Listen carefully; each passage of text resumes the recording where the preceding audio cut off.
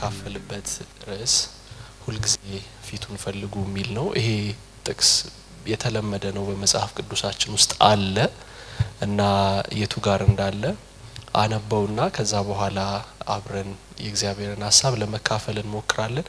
ክፍሉን አነበውና ከዛ በኋላ እንጸልያለን። አንደኛ ዜና ምዕራፍ 16 ቁጥር 7 ላይ በዚያም ቀን ዳዊት በአሳፍና በወንድሞቹ እጅ እግዚአብሔርን እንዲያመሰግኑ አስቀድሞ ትእዛዝን ሰጠ። እግዚአብሔርን አመስግኑ ስሙንም ጥሩ፣ ለአሕዛብ ስራውን አውሩ፣ ተቀኙለት፣ ዘምሩለት፣ ተአምራቱንም ሁሉ ተናገሩ፣ በቅዱስ ስሙ ተጓደዱ፣ ተመኩ እንደማለት ነው። እግዚአብሔርን የሚፈልግ ልብ ደስ ይበለው። እግዚአብሔርን ፈልጉት ትጸናላችሁ፣ ሁልጊዜ ፊቱን ፈልጉ።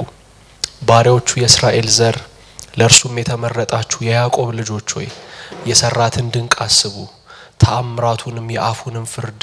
እርሱ እግዚአብሔር አምላካችን ነው፣ ፍርዱ በምድር ሁሉ ነው። ቃል ኪዳኑን ለዘላለም እስከ ሺህ ትውልድ ያዘዘውን ቃሉን አሰበ። ለአብርሃም ያደረገውን ለይስሐቅም የማለውን ለያዕቆብ ሥርዓት እንዲሆን ለእስራኤልም የዘላለምን ቃል ኪዳን እንዲሆን አጸና። እንዲህም አለ፣ ለአንተ የከነዓንን ምድር የርስታችሁን ገመድ እሰጣለሁ። ይህም የሆነው እነርሱ በቁጥር ጥቂቶች ሰዎች እጅግ ጥቂቶችና ስደተኞች ሲሆኑ ነው። ከሕዝብ ወደ ሕዝብ ከመንግስትም ወደ ሌላ መንግስት አለፉ። ከመንግስትም ወደ ሌላ ሕዝብ አለፉ። የቀባዋቸውን አትዳሱ በነቢያቴም ክፉ አታድርጉ ብሎ ሰው ግፍ ያደርግባቸው ዘንድ አልፈቀደም። ለና አብርሃም እንዳደረገው አይነት ጥበቃ ማለት ነው። ስለ እነርሱም ነገስታትን ገሰጸ። ምድር ሁሉ እግዚአብሔርን አመሰገኑ፣ እለት እለት ማዳኑን አውሩ ነው አመስግኑ፣ እለት እለት ማዳኑን አውሩ። ክብሩን ለአሕዛብ ታምራቱንም ለወገኖች ሁሉ ንገሩ። እግዚአብሔር ታላቅ ምስጋናውን ብዙ ነውና በአማልክትም ሁሉ ላይ የተፈራ ነው። የአሕዛብ አማልክት ሁሉ ጣዖታት ናቸው፣ እግዚአብሔር ግን ሰማያትን ሰራ። ክብርና ግርማ በፊቱ ኃይልና ደስታ በስፍራው ውስጥ ናቸው። የአሕዛብ ወገኖች ለእግዚአብሔር አምጡ፣ ክብርንና ኃይልን ለእግዚአብሔር አምጡ። ለስሙ የሚገባ ክብርን ለእግዚአብሔር አምጡ። ቁርባን ይዛችሁ በፊቱ ግቡ፣ በቅድስናው ስፍራ ለእግዚአብሔር ስገዱ። ምድር ሁሉ በፊቱ ትነዋወጥ፣ ዓለሙም እንዳይናወጥ ጸንቷል። ሰማያት ደስ ይበላቸው፣ ምድርም ሐሴትን ታድርግ። በአሕዛብም መካከል እግዚአብሔር ነገሰ በሉ። ባህርና ሞላዋ ትናወጥ፣ በረሃ በእርሷም ያሉ ሁሉ ሐሴትን ያድርጉ። በምድር ሊፈርድ ይመጣልና የዱር ዛፎች በዚያን ጊዜ በእግዚአብሔር ፊት ደስ ይላቸዋል። በምድር ሊፈርድ ሲመጣ ማለት ነው። ቸር ነውና ምሕረቱም ለዘላለም ነውና እግዚአብሔርን አመስግኑ። የመዳናችን አምላክ ሆይ አድነን። ቅዱስ ስምህን እናመሰግን ዘንድ በምስጋናህም እንመካ ዘንድ ከአሕዛብ ሰብስበህ ታደገን በሉ። ከዘላለም እስከ ዘላለም የእስራኤል አምላክ እግዚአብሔር ይባረክ። በሜክሲኮ አማኑኤል ያሉም ሁሉ አሜን ይበሉ ይላል። እዚህ ላይ ህዝቡም ሁሉ አሜን ይበሉ ነው የሚለው። አንደኛ ዜና ምዕራፍ 16 ላይ ያለውን ይሄንን ክፍል ዝም ብዬ ትንሽ ላንሳና ከዛ በኋላ እንዲሁ እንደ መግቢያ ዙሪያ ገባውን ከክፍሉ ጋር የተያያዘ ነገር አነሳለሁ። እንደምታውቁት በመጽሐፍ ቅዱስ ትርጓሜ አንዱ የመልእክቱን ሐሳብ የምናገኝበት የቃላት ድግግሞሽ ነው። ከዛ በተረፈ ደግሞ ሙሉ ክፍሉን ማንበብ ነውና ሙሉ ክፍሉን ያነበብኩት ሆነ ብዬ ነው። ዝም ብላችሁ ስታነቡት ምንም ዝም ብሎ ፓተርን አያሳያችሁም። የሆነ የሂደት ኡደት ዝም ብሎ እያመለካችሁት ኑሩ። በቃ እግዚአብሔርን እየሰገዳችሁለት ኑሩ። ለሱ የሚገባውን የምስጋናውን ነገር አምጡ። በቃ አክብሩት፣ ደሞ ከፍ ከፍ አድርጉት። አውሩ እንጂ ስራውን ምን ተጠብቃላችሁ? ለምን ዝም ብለህ ቆመህ ታየኛለህ? ሌዊ ለምንድነው ዝም ብለህ የምታየኝ? ይሳኮር፣ ዳን፣ ንፍታሌም ለምን ሄደህ ስለ ጌታ አትናገርም? ለአሕዛብ ለምን አታወሩ? አታስታውሱም ያደረገውን መልካም ነገር? ገና እኮ አባቶቻችን በጣም ጥቂት እያሉ በቁጥር ትንሽ እያሉ እኮ ነው የጠራቸው። ከዛ እኮ አበዛቸው፣ ከዛ እኮ ባረካቸው። እና ስለዚህ እግዚአብሔር እንዴት ዝም ይላል ይባላል? አይታችሁ ዝም ማለት ያሰኛችኋል? እያመለካችሁት ኑሩ እንጂ። መዝሙር 105 ላይም ይሄው ክፍል አለ። አንያ ዜና ምዕራፍ 16ን መዝሙር 105 ላይም ታገኙታላችሁና እንደሱ አይነት ሐሳብ ነው ያለው እቺኛዋን ክፍል ደግሞ ስታዩት ፍለጋ 3 ጊዜ ተቀምጣለች እግዚአብሔርን የሚፈልግ ልብ ደስ ይበለው ስለፈለገ ብቻ ማመን ትችላላችሁ ስለፈለገ ብቻ ያገኘው አያገኘው እኮ ገና አልታወቀም ይድረስበት አይድረስበት ገና አልታወቀም ታስታውሳላችሁ ሐዋርያት ሥራ ምዕራፍ 17 ላይ ጳውሎስ በአቴና ላሉ ሰዎች እኮ ሲነግራቸው የምድር ወገኖች ከአንድ ፈጠረ ከዛ በኋላ የሚኖሩበትን ዳርቻና ስፍራ የጊዜን ገደብ ወሰነላቸው ለምን እየመረመሩ እግዚአብሔርን ፈልገው ያገኙት እንደሆነ ስለዚህ አሁንስ በሚፈልግ ልብ ካለ እስቲ እጁን አወጣ በቃ ደስ ይበል ስለፈለከው ብቻ ነው ሐሳቡ ከዛስ እግዚአብሔርን ፈልጉት ትጸናላችሁም ሌሎች ትርጉሞች እዚህ ጋር ትንሽ ለየት ይላል አገባባቸው seek God and seek his strength ነው እግዚአብሔርን ፈልጉ እንደገና የሱንም ብርታትና ኃይል ፈልጉ ነው እንዴት ነው ስትፈልጉት ጽናት ታገኛላችሁ ሳይሆን እሱንም ፈልጉት የሚያጸናውን ኃይሉንና ብርታቱንም ፈልጉ ለሁለተኛ ጊዜ ከዛ ደግሞ ትጸናላችሁንም ፈልጉ ከተጨመረ 3 ይሆናል ማለት ነው ከዛስ ሁሉ ጊዜ ፊቱን ፈልጉ 4 ጊዜ በሌሎች ትርጉሞች ስታነቡ ፈልጉ የሚለውን 4 ጊዜ ታገኙታላችሁ ይሄኛውን ግስ ማለት ነው እግዚአብሔርን የሚፈልግ ልብ ደስ ይበለው እግዚአብሔርን ፈልጉት ጽናቱን ፈልጉ ወይም ብርታቱን ፈልጉ ሁሉ ጊዜ ፊቱን ፈልጉ አሁን እንደዚህ ያስደጋገመው ነገር ዳዊትን ምንድነው ብሎ ማሰብ ያስፈልጋል ይሄን የዘመረው ዳዊት ነው እና እንደዚህ ነው በቃ የምትዘምሩት ብሎ ነው የሰጣቸው በቃ እንደዚህ ነው የምትዘምሩት ከዚህ በኋላ መዝሙራችሁ እንደዚህ ነው የሚሆነው አለና እዚህ ክፍል ላይ 2 ነገሮች ተገጣጥመዋል አንደኛው የዳዊት የህይወት ታሪክ የገጠመበትን እና ከቃል ኪዳኑ ታቦት ታሪክ ጋራ ትንሽ ለማንሳት ሞክራለሁ ምዕራፍ 16 መጀመሪያውን ስታነቡ የእግዚአብሔር ታቦት ሲገባ የተዘመረ ዝማሬ ነው እንደምታውቁት የእግዚአብሔር የቃል ኪዳኑ ታቦት በመካከላቸው አልነበረም እና መቼ ተዘመረ ታቦቱ ሲገባ ነው ዳዊት ይሄንን ዝማሬ ዘመረው መጀመሪያ የዳዊትን ታሪክ ማንሳት ከታቦቱ እሺ በዚህም ያው ነው እንደምታውቁት ኢያሱ ነው የቃል ኪዳኑን ታቦት ከሙሴ የተቀበለው እና እግዚአብሔር በጽላት ላይ አድርጎ ህጉን ለሙሴ ሰጠ ከዛ በኋላ ኢያሱ ነበር የነበረው ኢያሱ ተቀበለ ርስትን ሲያከፋፍል ኢያሱ ቤት አስቀመጠው በሴሎ አይደለ ኢያሱ ምዕራፍ 18 ላይ በጣም በሚያሳዝን ሁኔታ ከኢያሱ ምዕራፍ 18 በኋላ የእግዚአብሔር የቃል ኪዳኑ ታቦት ታሪኩም ስሙም እስከ አንደኛ ሳሙኤል ድረስ አይነሳም በመካከል የነበሩት መሳፍንቶች በጣም ኃያላን የተባሉት ብርቱ የተባሉት ባርቅ ጌዲዮን ዮፍታሔ ሶምሶን ዲቦራ አንዳቸው የእግዚአብሔርን ታቦት ፍለጋ ወደ ሴሎ አይሄዱ ኃይል ግን ይወርድባቸዋል ማመን ትችላላችሁ ኃይል ይወረደባቸው አንበሳ ይቦጫጭቃሉ ታቦት ፍለጋ ግን እግዚአብሔርን ለማምለክ ወደ ሴሎ ሲሄዱ እኛስ ካነበብነው ድረስ የመሳፍንትም ጻፊ አልተዘገበላቸው እንደውም አመቱ ወደ 288 አመት ይመስለኛል በመካከል ያለው እስከ ዳዊት ድረስ እና እስከ ዳዊት ወይም እስከ አንደኛ ሳሙኤል ከዛ አንደኛ ሳሙኤል ላይ ግን ህልቃና የሚባል ሰው ነበር ራሱ ክፍሉ ሲጀምር ደግሞ በአመት ይሄድ ነበር ወደ ሴሎ ሚስቱም የጸሎት ልማድ ነበራት ግን ችግር ነበር ልጅ አልወለደችም ጸለየች ልጅ ተሰጣት ልጇን ለእግዚአብሔር ሰጠች በዛ መካከል ግን እግዚአብሔር በጣም የተጸየፋቸው እነሱና ሎዶቂያ ቤተክርስቲያን ይመሳሰሉብኛል እና ሎዶቂያ በራድም ትኩስም አይደለህም ልተፋህ ነው የሚለው ላስመልስህ ነው አይደል ዋና ቃሉ እኮ ላስመልስህ ነው በቃ አቃቅለሽልሽኛል ቋቅ ብለህኛል በቃ ልትወጣ ነው ራሱ ልተፋህን ማስመለስ እንደምታውቁት እንትን አይደለም ይሄ አንዳንድ ሰው አለ እንግዲህ ጎርጉሮ ምናምን የሚያወጣ ግን ዩዥዋሊ ባዮሎጂካል ነው ማለት ሰውነታችን ነው ሳንፈልገው የረበሸንን ነገር የሚያወጣው ጌታ ኢየሱስ ለሎዶቂያ ቤተክርስቲያን ሎዶቂያ በኔ አካል ውስጥ ረብሻ ነው የሆንከው ስለዚህ በቃ ልትወጣ ነው ይያለ ነው የኤሊ ልጆች ሆፍኒና ፊንሐስ እንደዛ ይመስሉኛል የእግዚአብሔርን አያውቁትም ምናምንቴዎች ነበሩ ይላል የእግዚአብሔር ቃል በቃ ምናምንቴዎች ነበሩ ከዛስ በእነሱ ኃጢያት ታቦት ከሴሎ ለቀቀ ወደ አቤኔዘር ይዘውት ሄዱ ከፍልስጤማውያን ጋር ሲዋጉ የእስራኤል ሽማግሌዎች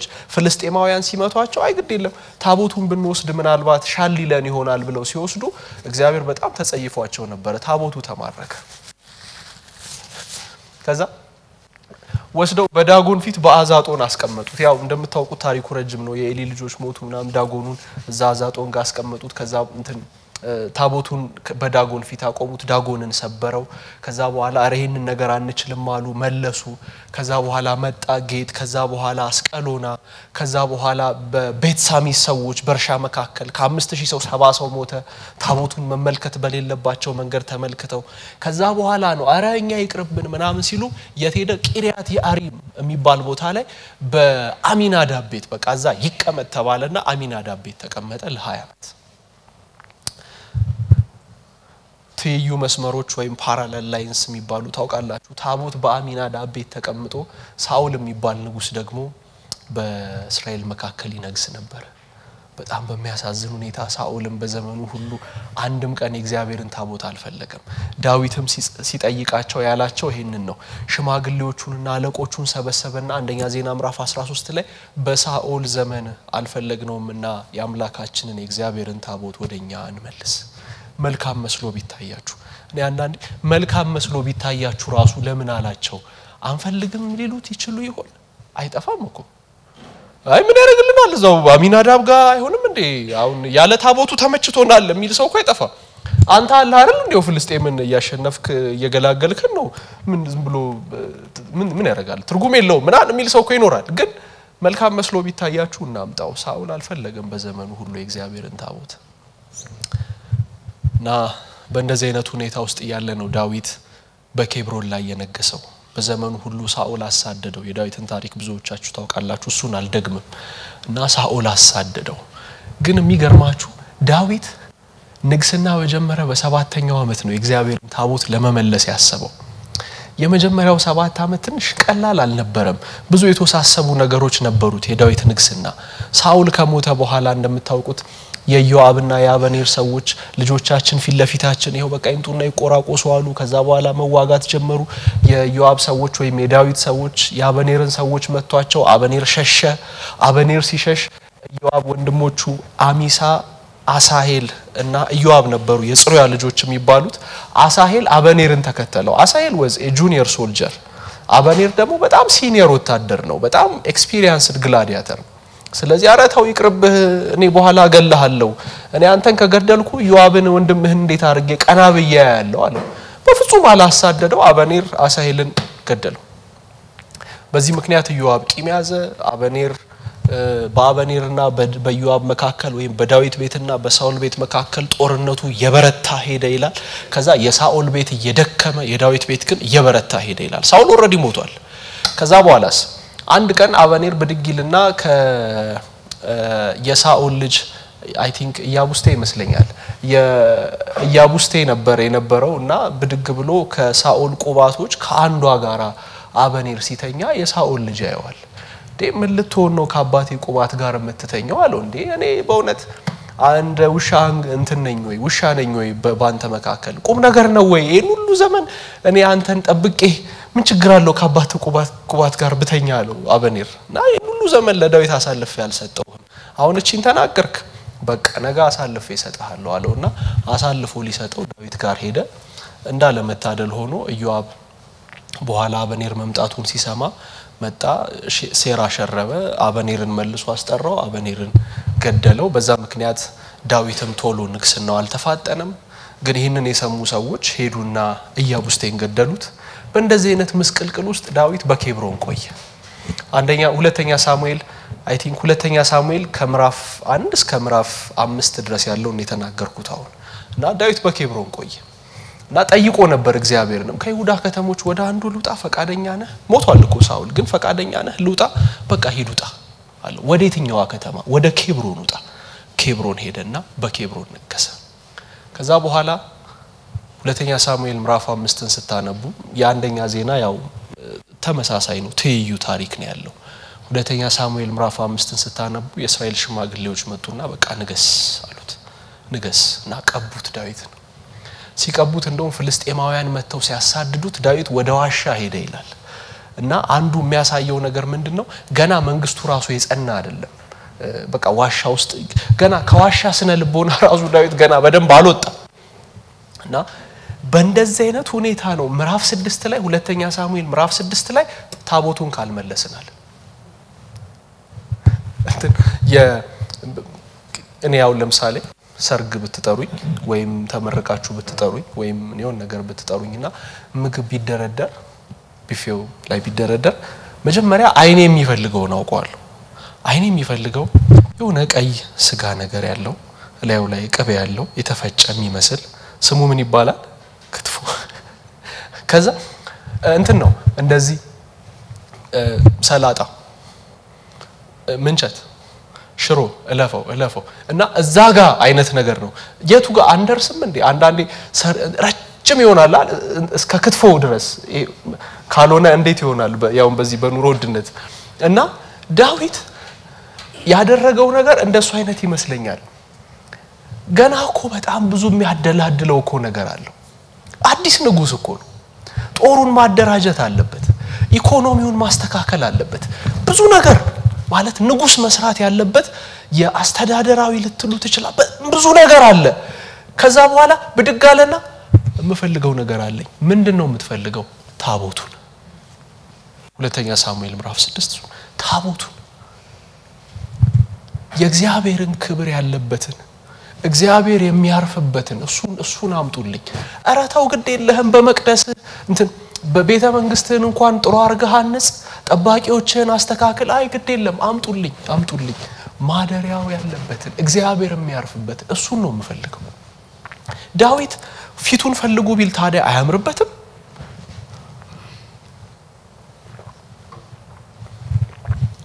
ታቦት ካስገባ በኋላ ትንሽ ታቦቱም ሲመጣ መንገራገጭ ገጥሞታል በአሚናዳብ ቤት ነበር የቆየው ከ20 አመት በኋላ ሲመጣ የአሚናዳብ ልጅ ኦዛ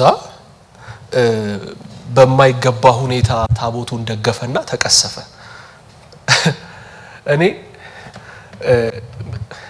የኦዛ ነገር በጣም እንደው እንደግረ መንገድ በጣም እኮ አሳሳቢ ነው ማለት 20 አመት ማለት ኦዛ እንግዲህ ታቦት ለመንካት ደርሶ ከሆነ ጉልማሳ ከሆነ ዶ በጣም 35 አመቱ እንኳን ቢሆን 20 አመት ማለት በ15 አመቱ ነው ታቦት የገባው እና እኔ ጣውላ መስሎት ይሆን እቤቱ ዝም ብሎ ያደረ ምክንያቱም ሲወጣም ያያዋል ሲገባም ያያዋል ካሚናዳብ ልጅ አንዱ ነው ከዛ በኋላ በሬዎች ሲፋንኑ ምናልባት እንደሚያውቀው እንዳንዱ ጣውላ ይሆን ደገፍ ያደረገው አላውቅም እግዚአብሔር ቀሰፈውና የኦዛ ስብራት ተባለ ቦታው ራሱ አቢዳራ የጌት ሰው ነው በአቢዳራ ቤት እግዚአብሔር ታቦት ገባና አቢዳራንና ያለው ሁሉ ባረከለት ያውም የጌት ሰዎች እኮ ሸለፈታሞች ናቸው እንደነንተና ማለት እኮ ነው እንግዲህ አቢዳራ ሸለፈታም አይሆንም obviously ግን በቃ ጌት እንደዛ አይነት ነገር ያለበት ቦታ ነው ግን የእግዚአብሔር ታቦት አቢዳራንና ቤቱን ባረከ ያኔ ዳዊት ይሄንን ካየ በኋላ አሁን ጉዞውን መቀጠል አለበት መምጣት አለበት አለ ታቦቱን ካስገባ በኋላ መቼ ድንኳን ነገር መስራቱ አይቀርም ምክንያቱም በኋላም እግዚአብሔር በድንኳን እግዚአብሔር ታቦት በድንኳን ይያለ ብሏል ስለዚህ ድንኳን መስራቱ አይቀርም የሙሴ አይነት ይሁን አይሁን አናውቅም እንጂ እሱን ካዘጋጀና ከሰራ በኋላ ካስገባው በኋላ እግዚአብሔርን ፈልጉ አላቸው ፈልጉ እግዚአብሔርን እናንተ የእስራኤል ቤት ዝማሪያችሁ ይሄ ይሁን ዝማሬ አድርጎ መስጠቱ በራሱ ቀላል ነገር እንዳይመስላችሁ ዝማሬ ነገረ መለኮታዊ እይታቸውን የነገረ ወይም የኮንቪክሽናቸውን ስፒሪቹዋል ኮንቪክሽናቸውን ሼፕ ያደርጋል ቅርጽ ይሰጣል ስለዚህ ይሄንን እየዘመራችሁ ቆዩ የዝማሪያችሁ ይዘት ይሄ ይሁን እግዚአብሔርን ፍለጋ እንደዚህ እየተባለ ይዘመር ሁሉ ጊዜ እግዚአብሔርን ፈልጉ በቅዱስ ስሙ ተጓደዱ ያላችሁ ዘመሩ አለ ዳዊት እግዚአብሔርን መፈለግ በተለይ ይሄ ቦታ በጣም ኮንሲኩዌንሻል ነው ምን ማለት ነው ዳዊት ይሄንን ካደረገ በኋላ መሰረት ነው የጣለው። ምን አይነት መሰረት? የእግዚአብሔር አምልኮ በእስራኤል መካከል እንደ ኪንግደም እንደ መንግስት በደንብ ቴዎክራቲክ የሆነች እግዚአብሔር የሚመለክባት ስቴት እንድትሆን ዳዊት ዲፋይን እያደረገ ነው፣ መስመር እያስተካከለ ነው። ሳኦል ዳንታው አልነበረም። ማመን ትችላላችሁ? እንዴት ማለት የሳኦል እኮ አይገባም ራሱ እግዚአብሔር ቀብቶት የቂስን ልጅ ሳኦልን ምን ነካው እስኪባል ድረስ የእግዚአብሔር መንፈስ ወርዶበት ጉዳዩ አይደለም የእግዚአብሔር ነገር። እንደምታውቁት ሳኦል አንዱ እግዚአብሔር ሳኦልን በጣም የተቆጣበት ምክንያት ክህነትና ንግስናን ስለቀላቀለ ንጉስ ነው፣ የንጉስ አኖይንቲንግ አለው። ከዛ ደግሞ ካህንም ነኝ አለ። ይሄ እግዚአብሔር ለኢየሱስ ክርስቶስ ብቻ ጠብቆ ያቆየው ነው። እንደ መልከጼዴቅ ሹመት ካህንም ንጉስም ቅዱስ የእግዚአብሔር ልጅ ኢየሱስ ብቻ ነው። ሳኦል ይሄንን መቀላቀል ፈለገ። ከዛ በኋላ አረደና መስዋዕት አቀርባለሁ ሲል ማን ስለሆንክ ነው አለው እግዚአብሔር። መንግስት ዛሬ ካንተ ተቀደደች። ሳሙኤልን ይዞ አረባክ ለምንልኝ ሲለው የሳሙኤል ጨርቅ ተቀደደ፣ መንግስት ተቀደደ፣ ለምን አትወኝም? አረ ግድ የለህም የመንግስቴን ነገር አደራ።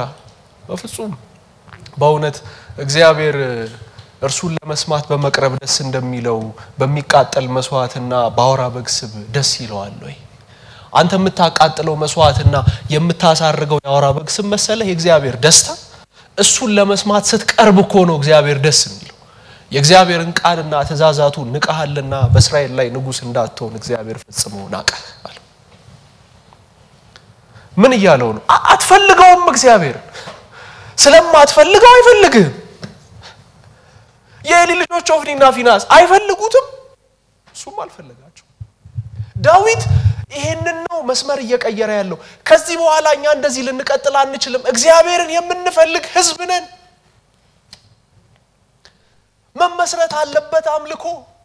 እግዚአብሔርን መፈለግ መጀመር አለበት። የእግዚአብሔር ታቦት መምጣት አለበት። በኢየሩሳሌም ዙፋኑን አጸና። ከዛ በኋላስ የእግዚአብሔርን ታቦት አምልኮ በደንብ አስፋፋ፣ ዘመረ። መቅደሱን ካልሰራው አለ በኋላ ተከለከለ እንጂ። ከዛስ መቅደሱን አትሰራም ሲባል ለመቅደሱ መስሪያ የሚሆን ግብአት ከኪሱና ከህዝቡ ሰብስቦ ለሰለሞን እኮ ያስቀረለት ጣውላውንና እንጨቱን መማገር ብቻ ሆኖ ሪሶርስ እንዳለ እኮ አከማችቶ አስቀምጦለታል ዳዊት።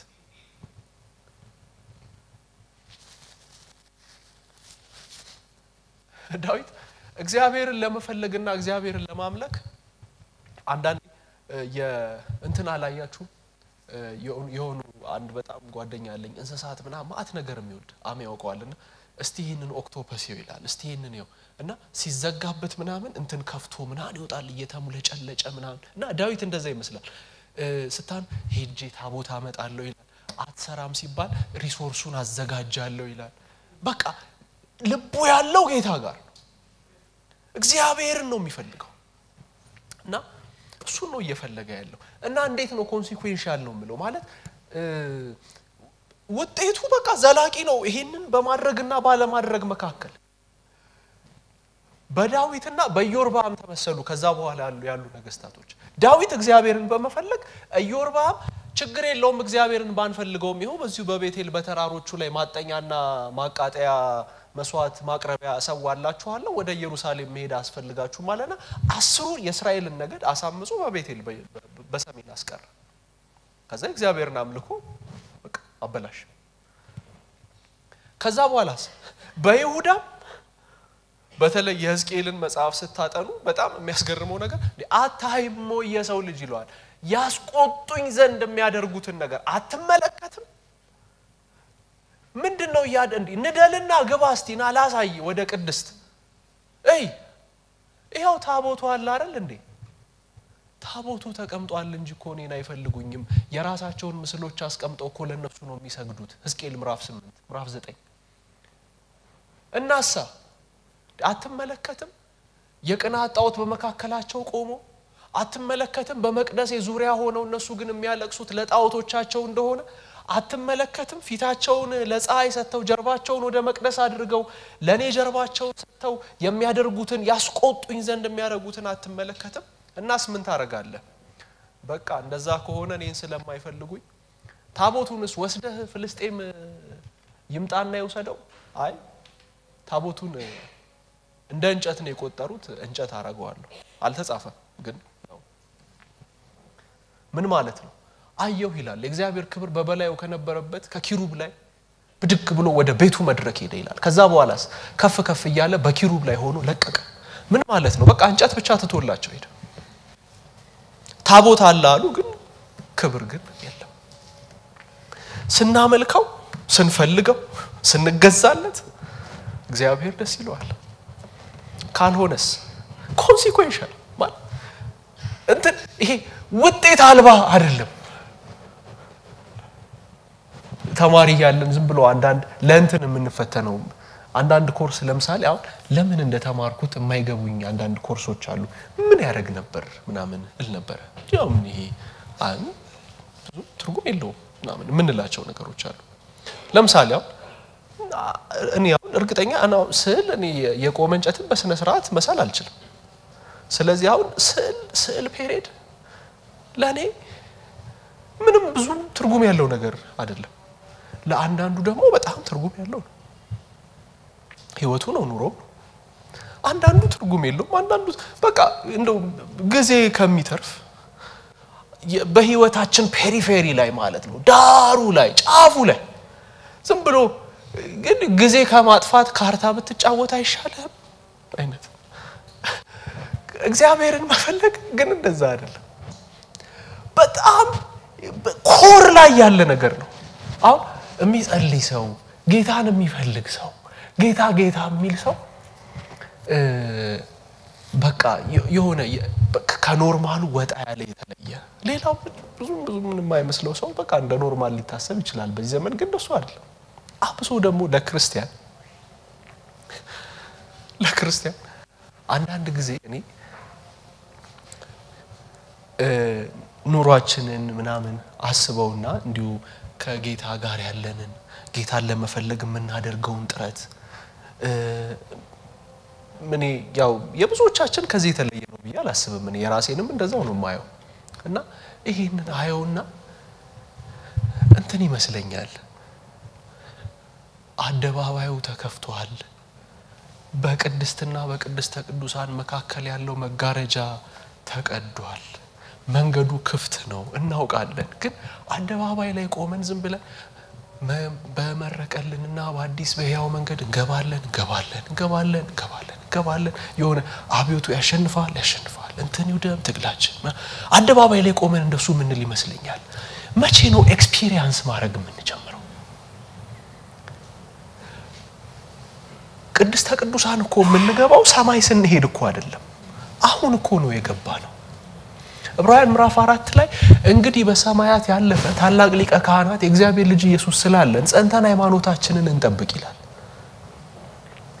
እንዴት አድርገን እርሱ በነገር ሁሉ እንደኛ ተፈትኖ ስላለፈ ደግሞ የሚፈተኑትን ሊረዳቸው ይችላል እንግዲያውስ ምህረትን እንድንቀበልና በሚያስፈልገንም ጊዜ የሚረዳንን ጸጋ እንድናገኝ ወደ ጸጋው ዙፋን በእምነት እንቅረብ ምን ማለት ነው የድሮ ካህን አደባባይ ቅድስተ ቅዱሳን እያለ ያልፍ ነበር እየፈራ እየተቀጠቀጠ ከገባ በኋላ እስኪወጣም ደግሞ ፍርሃት ነው አሁን እኮ አሜሊካ ካህን ቢሆንና የክህነት ስርየት ያስተሰረየ ቢሆን እኔ እዚህ ጋር ቁጭ ብዬ ቢሆን የለለቱ የተመደበው ሰባኪ እሱ አንተ ስርየት ጨርሰምቶ ዮም ኪፑር ቢሆን በአመት አንዴ ማለት ነው ለለቱ የተመደበው ሰባኪ ስብከት የመስበክ እድሉ 30 ከመቶ ነው 70 ከመቶ እሱ ይሞታል 30 ከመቶ እንበተናለን ከዛ በኋላስ ሌላ አመት እንጠብቃለን ሁላችንም ቁጭ ይወጣል አይወጣ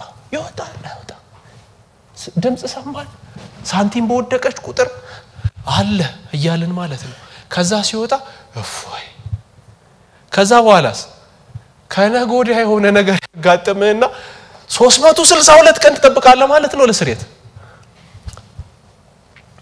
የዕብራውያን ጸሐፊ የኛ ካህን አደባባይ ቅድስተ ቅዱሳን ሳይሆን በሰማያት ነው ያለፈው ይላል። ሰማይ ሰማያት ብሎ በእግዚአብሔር ዘንድ ባለው ቅድስተ ቅዱሳን በሰማያዊ ድንኳን በእውነተኛው ድንኳን ነው ያለው። ከዛስ አሁን ግን በፍርሃት አይደለም የምንመጣው። ኦሬዲ አልፎ መንገዱን ስለከፈተ ምህረት ለመቀበል እና የሚያስፈልገንንም ጸጋ ለመቀበል ወደ ጸጋው ዙፋን በእምነት እንቅረብ። እቺ ጥቅስ በአመት አንዴ እንቅረብ ስላልሆነች እግዚአብሔር ለዘላለም ይመስገን። ወደ ጸጋው ዙፋን በእምነት እንቅረብ። መቼ? ሁሌ። ዛሬም እንምጣ ነገም እንምጣ። የጸጋው ዙፋን ጋር ነው ክርስቲያን መኖር ያለበት።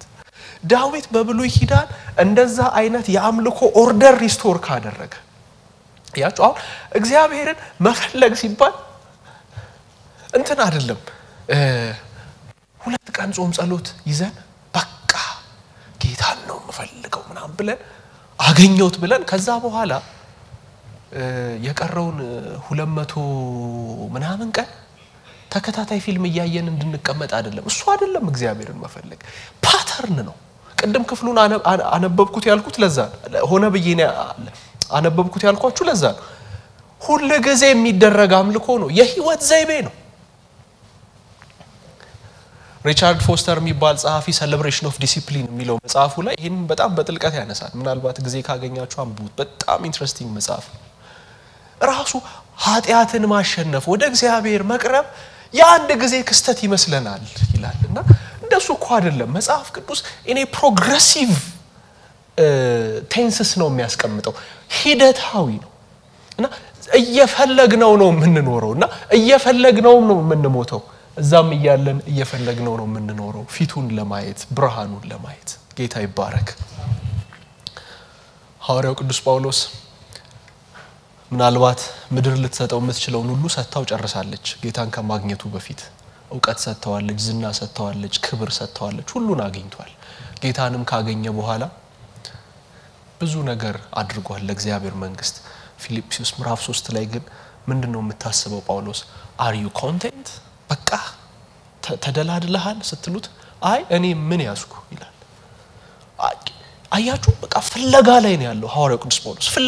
ምንድነው የምትፈልገው? እርሱንና የትንሣኤውን ኃይል እንዳውቅ ይላል።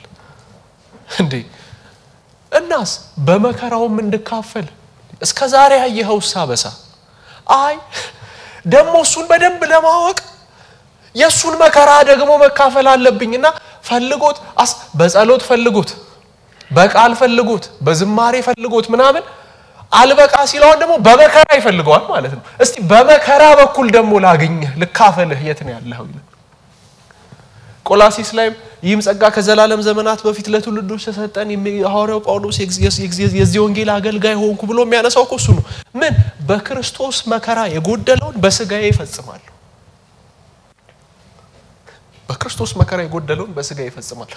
መጥቼ ህብረት አድርጌ ካንተ ጋር አልበቃኝም። እስቲ በመከራ በኩል ደግሞ እንገናኝ እንጨባበጥ። በጸሎት ተጨባብጠናል፣ በዝማሬ ተጨባብጠናል፣ በቅዱሳን ህብረት ተጨባብጠናል።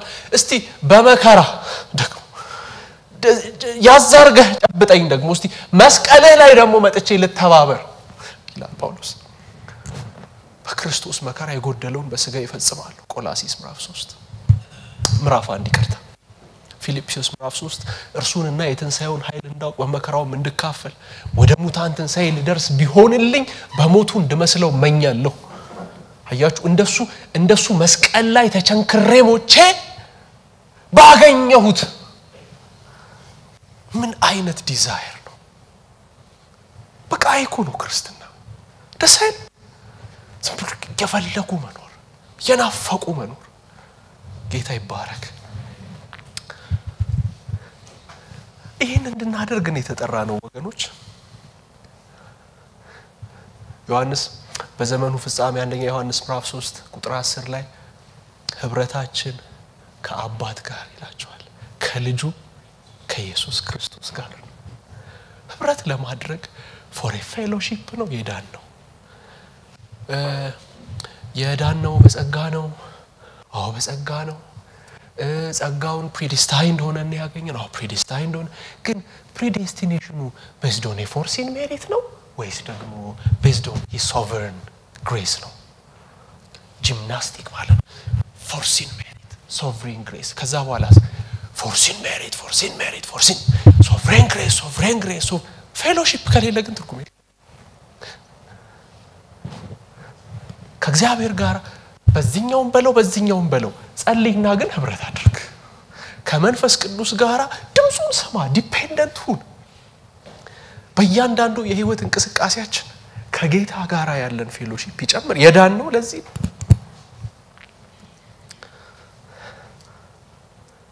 አማርኛ መተርጎም ላይ ብዙ ደካማ ስለሆንኩኝ ዝም ብዬ ቃል በቃል እንግሊዘኛውን አነብና ተረጉመዋለሁ ከዛ በኋላ እንጸልያለን ጄሲ ራይል የሚባል በጣም ታዋቂ ሰባኪ ብዙ መጽሐፎችም አሉት A Call to Prayer የሚለው መጽሐፉ ላይ እንደዚህ ይላል Your views of doctrine may be correct እውነተኛ አስተምሮ የክርስቲያናዊ አስተሳሰብ ሊኖር ይችላል Your love of Protestantism may be warm and unmistakable ለፕሮቴስታንት እንቅስቃሴ ያለ ፍቅር የሞቀ እና ቀጥተኛ ያልተሳሳተ ሊሆን ይችላል But still this may be nothing more than head knowledge and parity spirit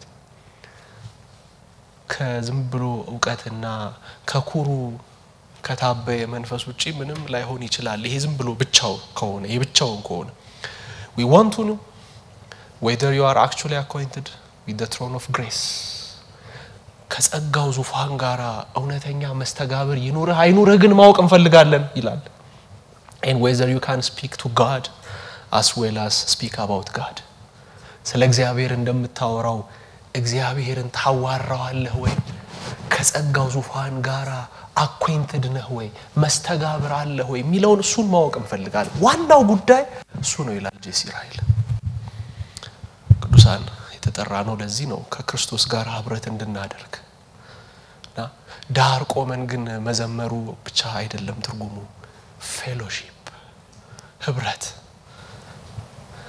next week ሌሎች ነገሮችን እናያለን እንዴት እንፈልገው ምን እናድርግ የሚለው ግን ዛሬ መፈለግማ እኮ አለብን ብለን እኮ ነው መውጣት ያለብን ዙፋኑን እኮ መፈለግ አለብን አቤት ያለው ሰላም ካንተ ጋር ሲጠጋጉ ወደ ደረትህ ማዳመጥ ስትናገር የፍቅርን ቋንቋ መቼ ታወቃል ወፎቹ ሲንጫጩ ለሊቱ ሲነጋ እንደዚህ ያልን እኮ መንጋት አለበት ለሊቱ የጸለይን እኮ መንጋት አለበት ቃሉን ያጠናን ታክሲ ውስጥ ሆነን ድራይቭ ያረክን ከእግዚአብሔር ጋር ያለን ፌሎሺፕ ኢንቲሜሲያችን መጨመር አለበት የህይወት ውበት ከመንፈስ ቅዱስ ጋር ያለ ህብረት ነው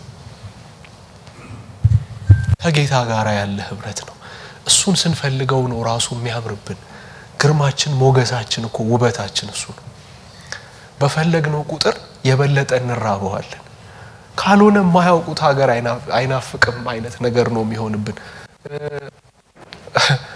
አስታውሳለሁ አንድ ጊዜ ካምፓስ ተማሪ ሆኜ ሁለት ልጆች ያወራሉ አንደኛው ባክ አድርጓል እና አንደኛው ደግሞ በጌታ ነው እና ስለ አንድ ሴት ነው የሚናገሩት በጣም የጸሎት ህይወት ያላት በጣም የተወደደች እህት ነች እና አንድ ቀን ሄድኩ አለ ቀደም ብዬ ቸርች እና ሲሄድ ትጸልያለች አለ እና በጣም ያለቀሰች ነው የምትጸልየው እንግዲህ ይሄን ፍሬሽማን ሆነን ነው ይሄ የሆነው ይሄንን እንግዲህ የሚያወሩት በኋላ አራተኛ ወይም አምስተኛ ዓመት ተማሪ ሆነን ነውና በጣም ያለቀሰች ነው የምትጸልይ ጌታ ሆይ ምህረት ትላለች አለ ትንሰቀሰቃለች አለ ከዛ አየዋትና አይ በእቺማ በቃ ዘሙታ ነው እንጂ እንዴት እንደዚህ ልታለቅስ ትችላለች አልኳል ከዛ ያኛው ባክ ያረጋው ልጅ በጣም ስሜታዊ ሆነ ብድግ አለ አንተ አታውቀውም እግዚአብሔርን አለው አታውቀው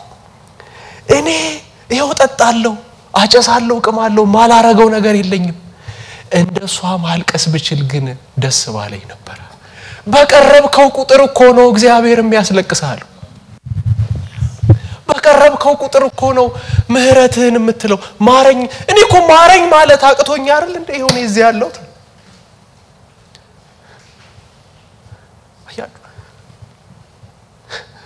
ቫልዩ ምናረጋው ትልቁ አሴት መሆን ያለበት እሱ ነው ከጌታ ጋር ያለን ፌሎሺፕ ዳዊት ቫልዩ ያደረገው ትልቁ አሴቱ እሱ ነው ኔክስት ዊክ የዳዊትን የሰለሞንን ትንሽ አንድ ህይወቶች እናነሳለን እና ዳዊት እኮ እግዚአብሔር ቀጣለው ብሎት አንተ ብቻ ሐሴትና ደስታን አሰማኝ ይለዋል መዝሙር 55 ከዛስ የሰበርካቸው አጥንቶቼ ደስ ይላቸዋል Have you ever experienced የአጥንት ስብራት pain እኔ ኤክስፒሪየንስ አድርጌዋለሁ አውቀዋለሁ እንዴት እንደሚያም አጥንት ሲሰበር ማለት ነው ነርቭ ኢንዲንጎቹ በጣም ሴንሲቲቭ የሆኑ ያሉባቸው አሉና በጣም ከባድ ነው ዳዊት ፈውሰኛ አይደለም ስበራው ችግር it's okay ግን አንተ በመንፈስ ሐሴትና ደስታ ካሰማኝ የተሰበረ አጥንት ይያለ ደስ ይለኛል ቫልዩ ምናረጋው የእግዚአብሔር መገኘትና ፌሎሺፕ እንደዚህ መሆን አለበት ያምላኩ ፈቃድ ሆኖ በፍጹም ነፍሱ በጌታ ታምኖ በነገር ሁሉ ሕይወቱ ረክቶ ጻድቅ ይኖራል በቃሉ ጸንቶ